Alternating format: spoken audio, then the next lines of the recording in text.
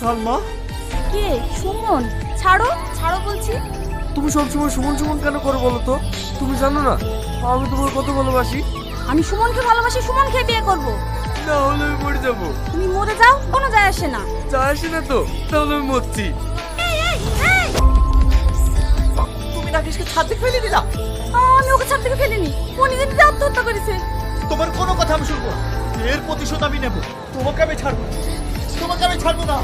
সমস্ত সাক্ষ্য প্রমাণের ভিত্তিতে আদালত এই রায় দিচ্ছে যে আসামি অনিমাকে যাবজ্জীবন কারাদণ্ডে দণ্ডিত করা হইল।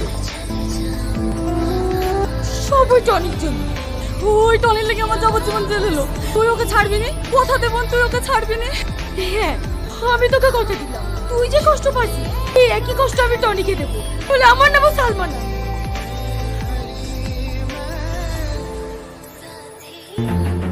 Hands up! তোমরা আইনিদের হাতে তুলে নিতে পারো না, এদের সবাইকে অ্যারেস্ট করো।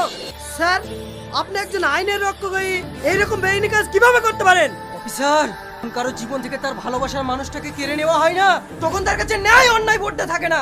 এই, এদের নিয়ে চল। সালমা, তোমার বোন যদি সত্যি নির্দোষ হয় তাহলে আমি হাইকোর্টে গিয়ে কেস ওপেন করাবো। আর যেভাবে হোক তোমার বোনকে আমি জামিন করাবো। তুই আমাকে ক্ষমা করে দিস, আমি তোকে ভুল বুঝেছি। তুই আমাকে ক্ষমা করে দিস ভাই।